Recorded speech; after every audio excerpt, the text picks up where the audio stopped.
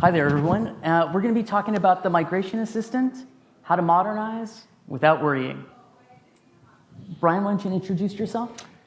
Hey everyone, my name is Brian Presley, if you don't know me. First of all, thank you for joining this talk. I'm a software development manager at Amazon OpenSearch. I've been working on this project since its inception about 3 years ago. And today I'm going to discuss some customer insights, but we're going to lead with Peter discussing why we developed Migration Assistant.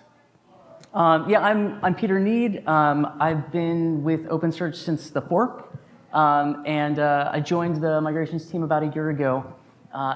Here today to talk about kind of what differentiates it. Before I get started into the features itself, I kind of wanted to just place us in time. This is, of course, the only history that matters. We have OpenSearch 1.0, which, believe it or not, that was like 15 years ago. That first version of Elasticsearch came out. And then 4 years ago, we have OpenSearch 1.0. And we're here today. We got that nice note there that we're at OpenSearchCon. And there's going to be future versions of both Elasticsearch and of OpenSearch. So at some point in the past on this timeline, I suspect many of you deployed a Elasticsearch or OpenSearch cluster, and it was very good for you. It helped your business, helped your dev team, helped your customers. But unfortunately, OpenSearch on its own, Elasticsearch on their own, don't upgrade into the future. And so let's talk about how we get there. I just want to go and set the stage for upgrading. If you were running Elasticsearch 6.8, you have to upgrade every major version to get to, in this case, OpenSearch 2.19. So that's that's 3 migrations that you have to do. So that's kind of an expensive process. Because of that, we built this tooling called reindex from snapshot. I'm going to say RFS, just because it's a little shorter. So rather than upgrading that cluster in place or doing a snapshot and restore, RFS reads a snapshot and then it reindexes the data from that. So this is fresh index requests. That way, whatever features are on the latest version of OpenSearch, the configuration of that index, those things will be available. And that means there's only one hop. So you get to go exactly to the version you want to. You don't have to have all those interstitial steps. One of the other things we noticed as we were deploying RFS is customers, and I'm going to include myself in this, or I'm just going to own this for me. I didn't set up sharding correctly for an OpenSearch cluster that I configured, and I realized only later that that had all kinds of performance issues, all kinds of other constraints that were found. One of the things that we noticed with customers using RFS is they really wanted to change their sharding strategy. And because we're doing those fresh ingestions, you can actually reshard at that time, so you can get your cluster configured exactly how you want it. I'm going to shift over to kind of another strategy. So snapshots is very much a point in time, but what if you have data that's moving, that's continuously coming into your system? The typical way that customers handle this is they install something like a traffic mirror or forking. There's different tools that offer this kind of functionality, where your writes are sent to the source cluster and they're also sent to the target cluster. This works well if you have the same version, but if you're doing a migration from one version to another, if you have requests that aren't compatible, you're kind of just stopped right out of the gate. What we built up for this is a change data capture solution that we call capture and replay. Very similar to the kind of process that was done before with the traffic mirror, except we have this capture proxy that's writing to a data store. In this case, it's Kafka, but that data store is holding that information, and it's not sending it directly to the target cluster. Instead, that replayer has an opportunity to transform those requests, to modify them, so that even if there's breaking changes, the notable one I'll call out is on 6.8, there was this thing called multi-type mappings. We actually have a process where you can replay multi-type mapping requests from a 6.8 cluster, and they will show up correctly on OpenSearch 3.0. That system has a lot of flexibility to it to handle exactly these kind of scenarios where you can't just mirror the same traffic you have before. Combining both of these things together, so RFS, that reindex from snapshot, that can backfill all your data. The replayer can keep track of that live data and get you in sync. So if you actually do them together in orchestration, where you start capturing traffic, take a snapshot, backfill, replay, then you're set up so you have a cluster that's in sync with, you have two clusters that are in sync at that point, and you can do a cutover. To take just a moment, I want to talk about the infrastructure. So I know that sounds great. It's a great solution. It solves a lot of these problems with migrations, but it requires a lot of infrastructure is available. And so I wanted to just mention kind of the three areas that we see some friction with our customer base as they've been using the migration assistant. First and foremost, networking configuration. Making sure that you can access that source cluster, that target cluster. There's just a plethora of things that can go wrong because we have to deploy this infrastructure that can communicate with it. When I say security requirements, I don't mean that there's like CVEs to be concerned about, but policies depending on your organization or your like access limitations. Because we're deploying software with CloudFormation, it means that service control policies can kind of cause some hiccups, and you might need to engage with either like a network security team or like an infrastructure management team to work past that. And the last one here, cost. Now, I think this is a little bit of, this is not necessarily a drawback, but this is a benefit. The amount of money that it will cost to do your migration is based on how much data you're transferring and how long you keep that infrastructure up. And to just frame that, broadly speaking, 100 terabytes of data. If you're migrating 100 terabytes of data using both reindex from snapshot and the replayer, and you're taking 3 weeks to do it, it'll cost about $5,000 on the AWS infrastructure costs. Let's look at this architecture for just a moment. So this shows those things that we talked about, the capture proxy, the data store, a snapshot in S3. I want to take a moment, and there's the box at the bottom. This is validation. This is one of the things that we noticed when we were looking at the system overall, is that we needed to build confidence that the migration had worked. So we collect log telemetry from all of those different components of the migration assistant. We collect metrics. We use OpenTelemetry, so those can be piped out to either Prometheus or CloudWatch. And then we also have a set of artifacts. These artifacts can be used to verify the state of your migration. So like if we think about that replayer scenario, you have that traffic, you had a request, it was sent off to that source cluster, and then it got a response. We save that so that information's available. When the replayer runs, we actually make an artifact that shows what the transformed version of the request is and the transformed response. This way you actually can compare and see exactly what requests succeeded and what didn't, what transformations maybe you need to add, get a really good understanding of the state of the system before you can choose to cut over. Because unfortunately, cutover is still very much a one-way door. With that said, I'm going to turn this over to Brian to talk about how customers have used it and what challenges they overcame. All right, thank you, Peter. Okay, so as I mentioned, I've been working on this project for some time. And at this point, we have hundreds of deployments of Migration Assistant in AWS. This is something that we track with the CloudFormation deployment version of Migration Assistant. In 2025 alone, we've engaged with about maybe 36 customers, and that's the Migration Assistant team. And we do this to help them fulfill their migration needs and to understand how to develop our product. I'm going to share some of those stories today with you. So I'm going to start off with Octus.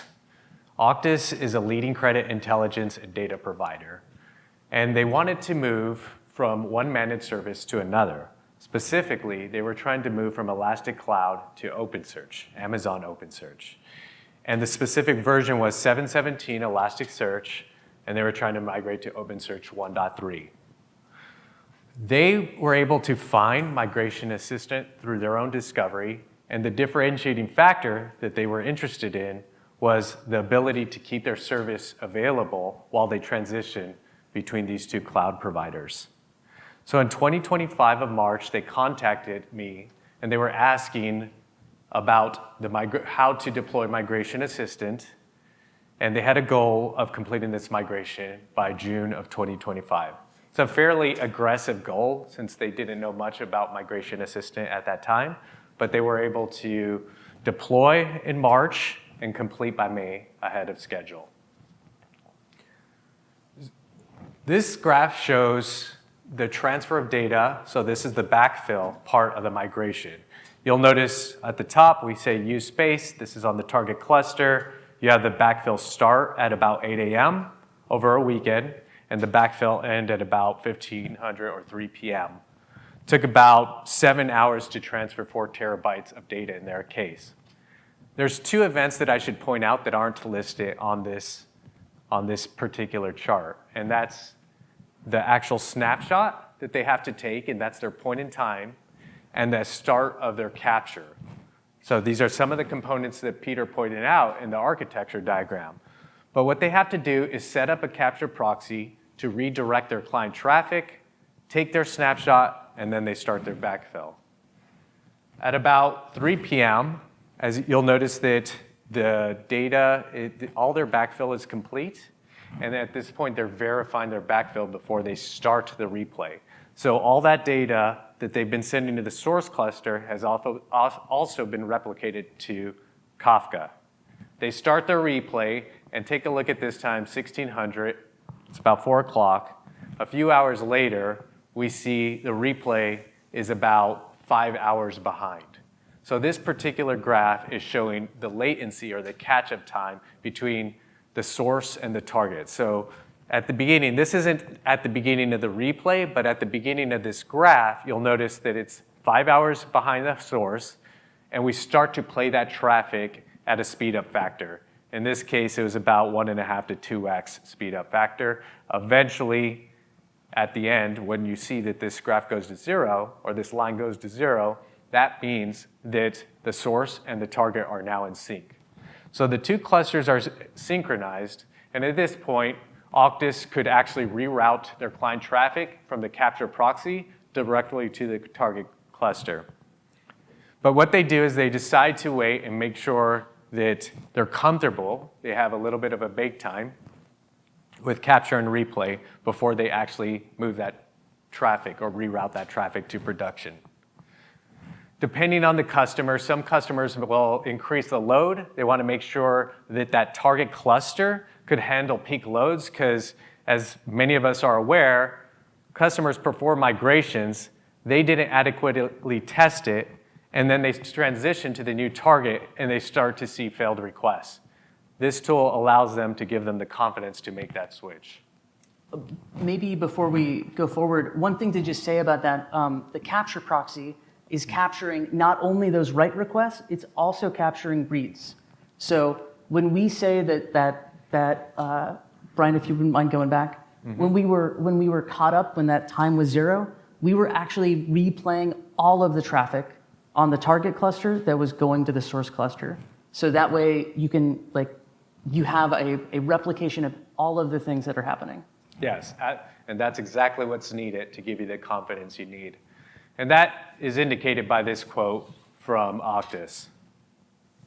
So you'll notice they pointed some of the key value add they were able to identify. They were able to validate performance, compare results, and ensure data integrity. I was speaking to this team last week. We're also creating a blog as indicated by this slide, and I was speaking to Harmon about his experience with Migration Assistant, and he pointed out something that's not encapsulated in this slide. And it's a few years back, he tried with another company he worked for, he attempted a migration, trying to move data from Elasticsearch.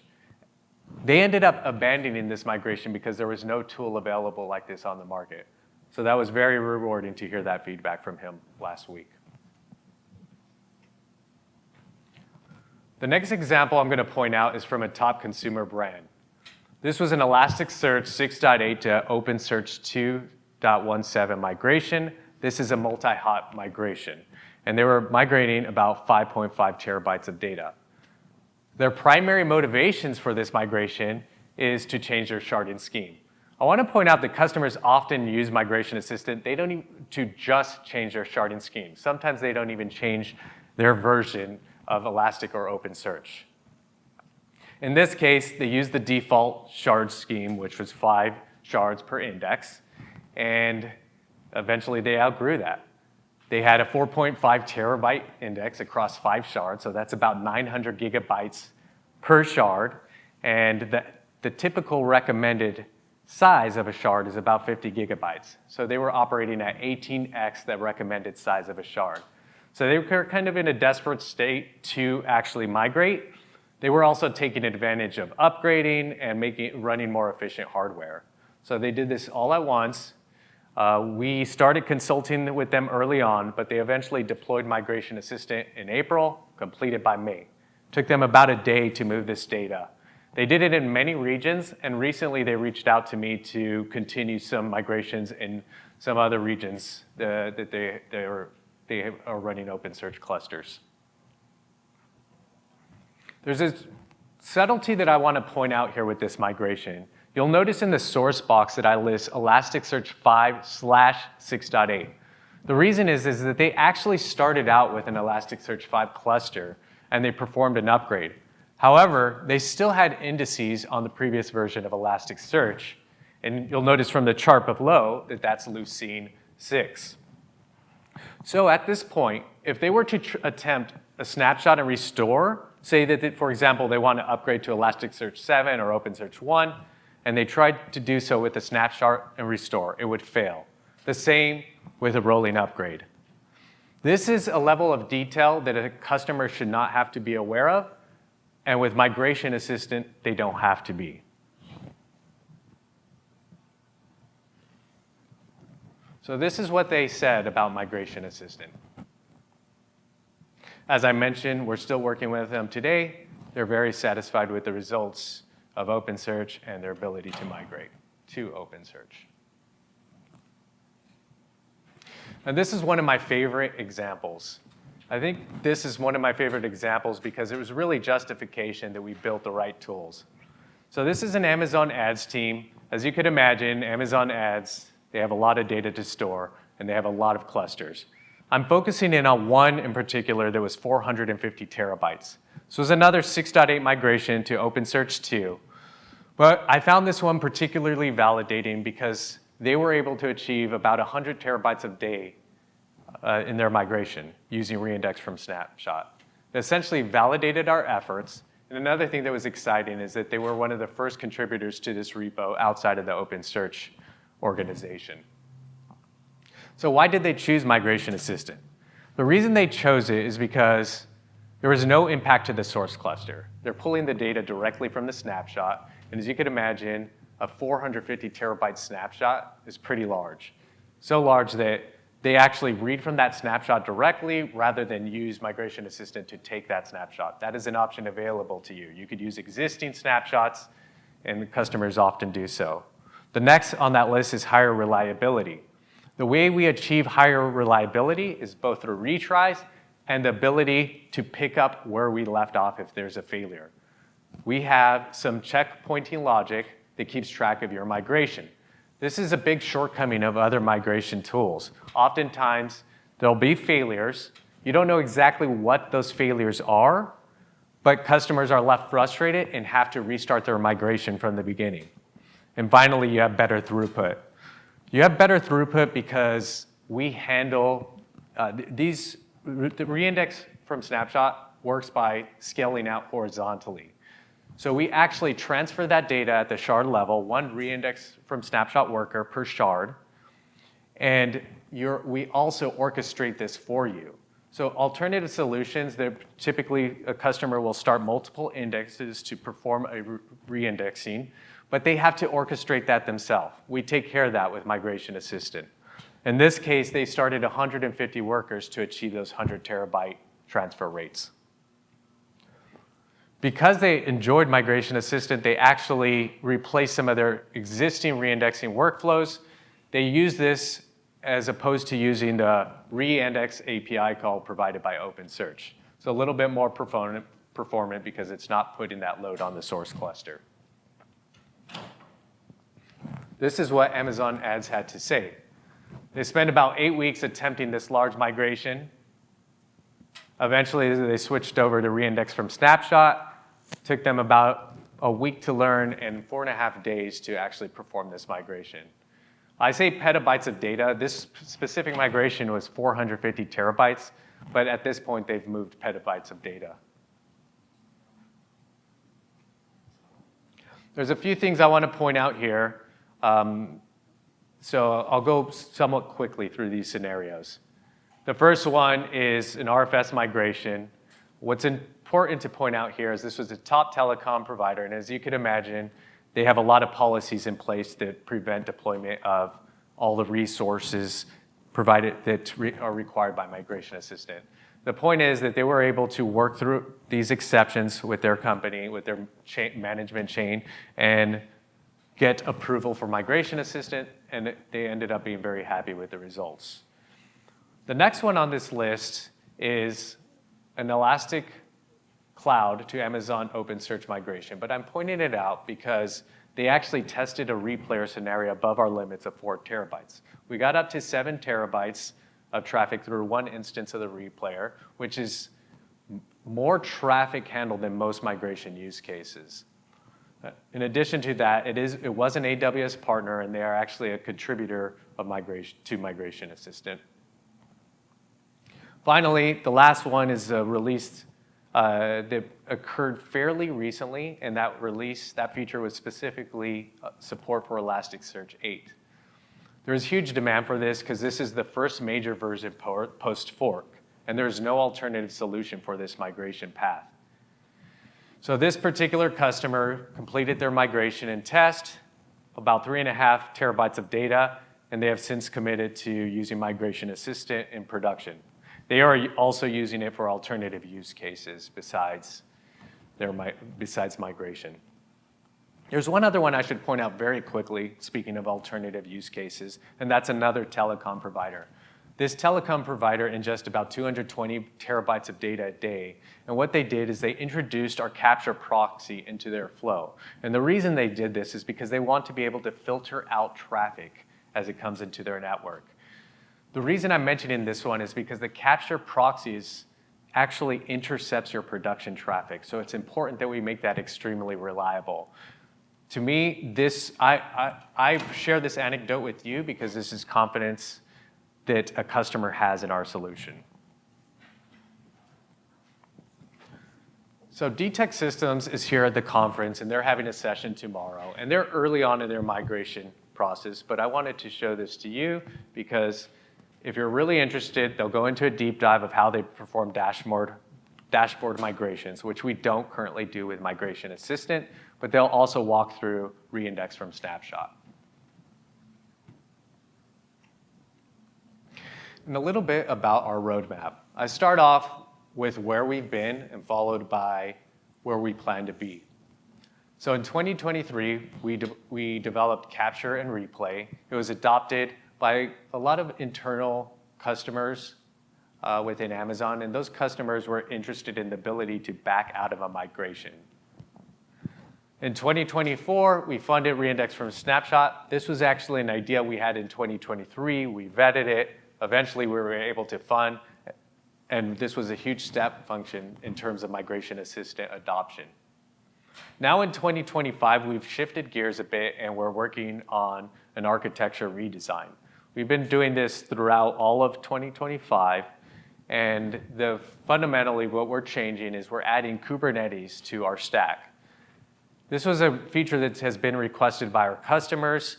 We're very excited about this because it creates a completely open source solution that customers are able to run in whatever environment they want at scale. So this is going to unlock automatic scaling for us, and it's also going to unlock some short-term features.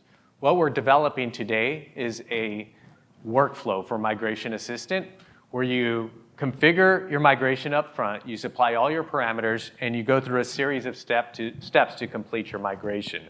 This is going to be done with Kubernetes and Argo workflows. Kubernetes is allowing us to deploy much quicker.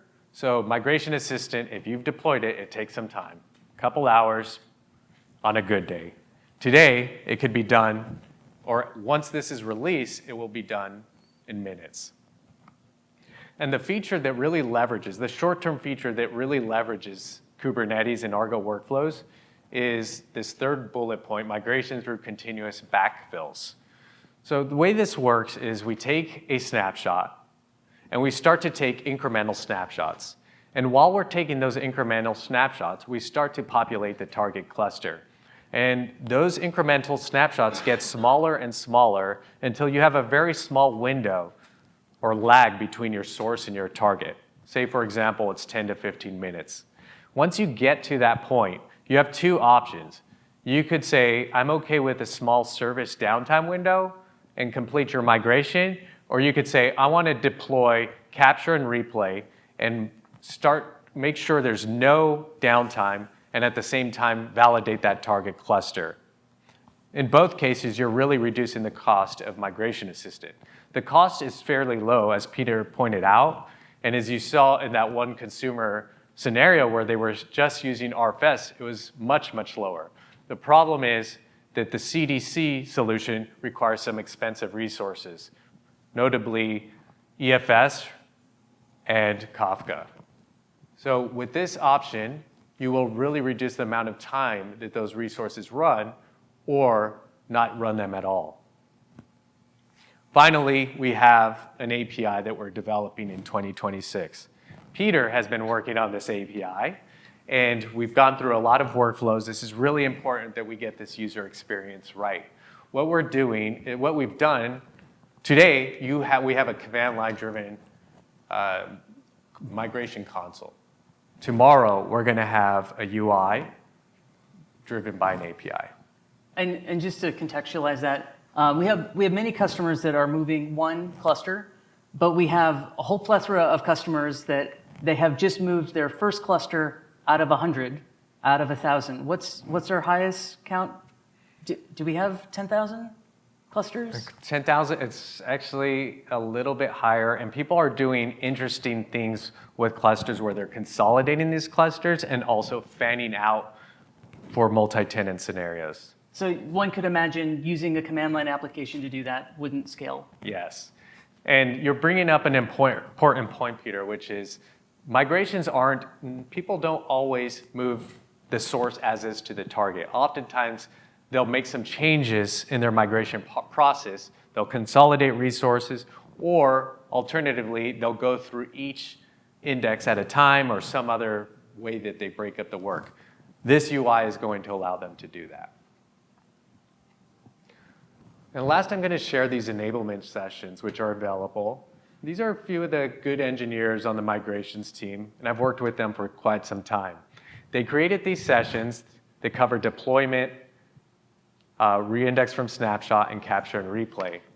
You'll notice in that QR code that it'll give you a link to a playlist on YouTube, and within the description of each of those playlists, you'll see links to other resources for Migration Assistant, including our repository and the documentation. Finally, if you see us around, say hi and ask us any questions you have about migrations. Alternatively, you could reach out to us on Slack.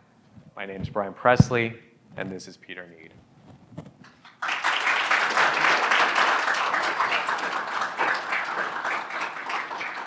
Thank you. Does anyone have any questions? Hey. Yeah, thanks for the presentation. I think this is a really wonderful product for a lot of, I think, individuals and users.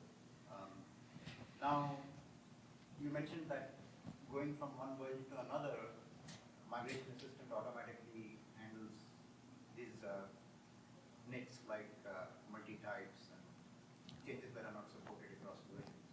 Now, across various different versions, there are several of these discrepancies and so on. Is that all handled automatically and consistently, and does the migration assistant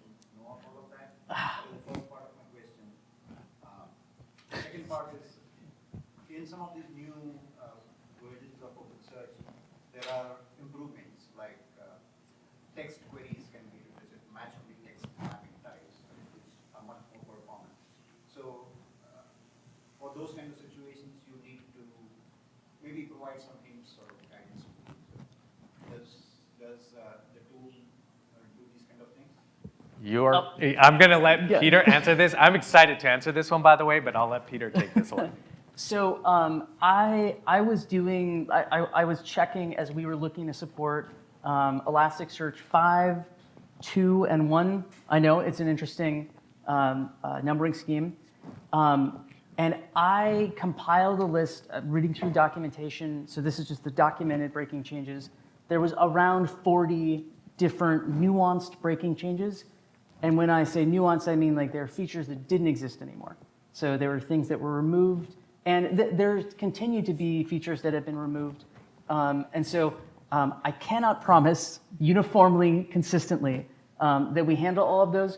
But we definitely handle the most prevalent issues. Specifically, if we're talking about like OpenSearch 1 and 2, the way they stored text was actually different. We have these automatic transformations that come into play that handle that common scenario. But if you are migrating and you run into a breaking change that our tooling doesn't fix, I'd love to know about it. Love to see an issue on GitHub. We'd love to address that. So that was question 1, and then it sounded like question 2 was about how to handle the client's patterns. More about new capabilities that really result in better performance or new capabilities that OpenSearch might have that a user, if they went and did this process manually, might go ahead and make these kind of changes. And I gave the example of text being replaced with matching text because you have this context that it would be much more performant and would be more appropriate for those reasons. So if a user might go ahead and use their knowledge of this, would the tool, I think it would not be appropriate to do it without any indication, but providing that guidance to the user would be really helpful. Go ahead. So we intentionally made this framework to expose to customers, and we call it a transformation framework for lack of a better word. But it's so fundamental to a migration to support these breaking changes. And in our case, it's this JavaScript framework that's loaded into our Java applications. And we have a set of conventions we follow to allow you to perform these transformations. Some of them we perform out of the box. You're not even aware of them. We talked about the type mappings transformation that occurs. Others require some input from users. This is a perfect opportunity for someone to leverage LLMs to generate these transformations. That's one of the reasons we chose a common language to do so. But you're able to do this across all 3 products: captured replay, reindex from snapshot, and metadata migration tool. And the other thing I think I would just kind of emphasize with how our tooling works with the fact that it's this kind of repeatable process. Once you've got it set up, you can just kind of restart. And what that really enables is experimentation. If you're curious about using a feature and it will change the shape of your data or will change how things are formed, you actually have a great opportunity to clear that cluster and start again, especially if we're talking about paying $200 per attempt when you're testing on the scale of terabytes of data. It's a great opportunity. In fact, I think just operating that cluster that you'd be putting that data on is going to be much more expensive than the cost to load it up. Yeah, sounds like a good solution. One other question was, I think you mentioned the example of this customer who had partially Elasticsearch 5 and 6.8 together, and you said that in that case you could not actually get a snapshot because of this discrepancy. So if that's the situation, then how would you do the restore from snapshot if your customer could not actually generate a snapshot with that configuration? So I'll field that. The issue isn't that they can't take a snapshot, but if you were to take a snapshot on that 6.8 cluster, you couldn't apply that snapshot on a 7 cluster because the Elasticsearch 7 cluster couldn't read the index that was associated with Elasticsearch version 5. They only support going back 1 major version. Since that's 2 major versions, I know that's why we need a diagram and it's got all the arrows. It took me a while to get it, but it's a really unfortunate situation you're in where you don't realize that you actually are kind of in a little bit of a dead end and you have to do something drastic like completely reindex that data. I hope, does that answer your question? More or less. I mean, I don't want to monopolize the time. but thanks for the answer. Good questions. I Thank you. very much appreciate it. How do you handle deletes which occur between when you take the snapshot and the most recent merge for the snapshot, like second merge? So the deletes are captured, and so you don't start replaying until you've applied that backfill. So basically, that gets you in the known state, so that when the requests are replaying, your time-wise, they're not quite in sync, but it'll catch up. So that delete will come in and delete the document that was restored with the backfill, say. If you had a document that was deleted, like marked for deletion, but not yet actually deleted from the segment before you take the snapshot. Sorry, go ahead.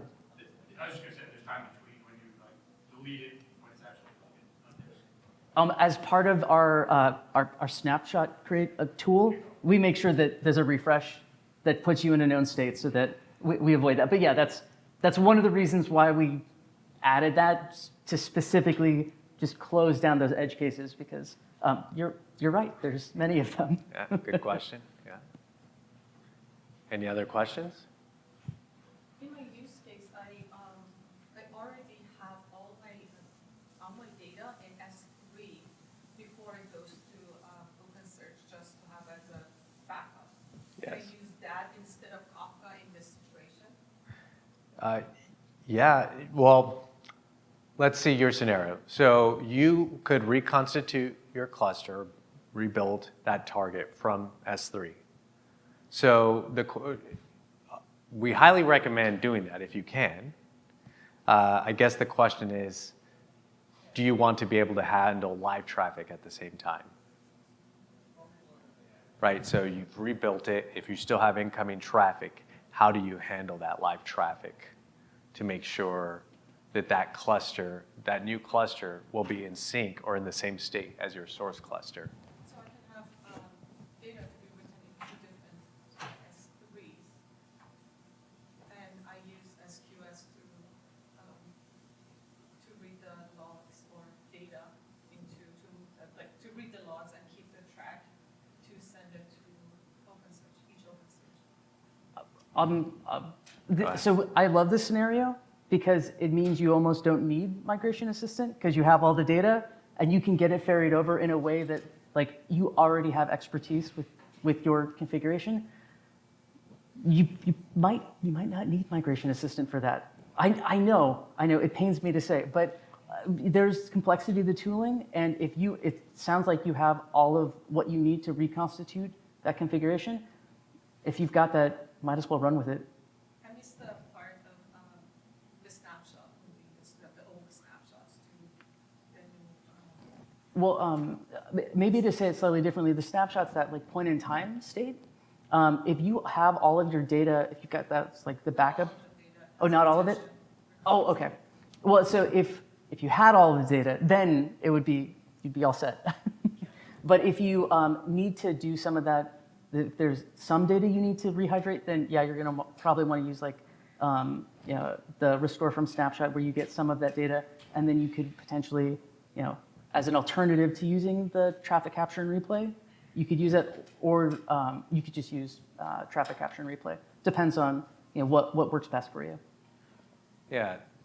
One thing I want to point out is there are 3 components here, and we tell customers that they could use these together or independently, and they often do. This might be a case where you say, I want live traffic, but I'm going to backfill from S3 directly. Any other questions? Yeah. Do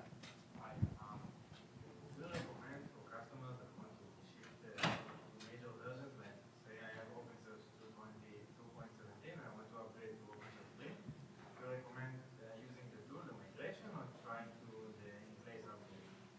It depends on, there's some questions I asked to answer that. If possible, you can perform a rolling upgrade. What you have to be aware of is, do you have any indices that were created with OpenSearch 1? And if so, you may need to reindex. And in that choice, you could choose, in that case, you could decide to reindex, or you could say, I'm just going to use reindex from snapshot or migration assistant, and deploy to OpenSearch 3. I've seen customers choose either way. You could also perform a snapshot and restore, but that also requires you to reindex that OpenSearch 1 content beforehand, and then you have to consider your live traffic if you have no downtime.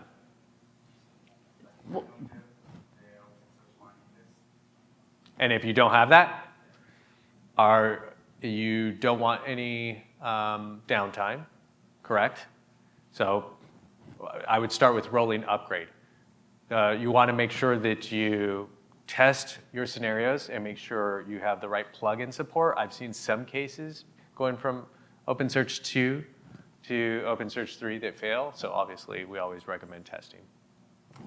Yeah, one of the things that we definitely bias towards, on the migration assistant team is we want that second cluster that's up that has parity. That way, if something goes wrong, it's easy to destroy and you don't have to worry about it. Rolling upgrades, definitely a little easier to manage in that sense, but it exposes you to that risk in case you run into a problem. You kind of have to work through it, and that can be painful. But there's definitely trade-offs in managing both that infrastructure and managing the cutover. So Yeah. your mileage may vary.